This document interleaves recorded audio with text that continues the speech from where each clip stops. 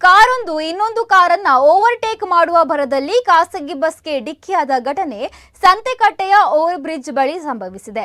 ಕುಂದಾಪುರದಿಂದ ಉಡುಪಿ ಕಡೆ ತೆರಳುತ್ತಿದ್ದ ಕಾರು ಇನ್ನೊಂದು ಕಾರನ್ನ ಓವರ್ಟೇಕ್ ಮಾಡುವ ಭರದಲ್ಲಿ ಉಡುಪಿಯಿಂದ ಕುಂದಾಪುರ ಕಡೆ ತೆರಳುತ್ತಿದ್ದ ಖಾಸಗಿ ಬಸ್ಗೆ ಡಿಕ್ಕಿ ಹೊಡೆದಿದೆ.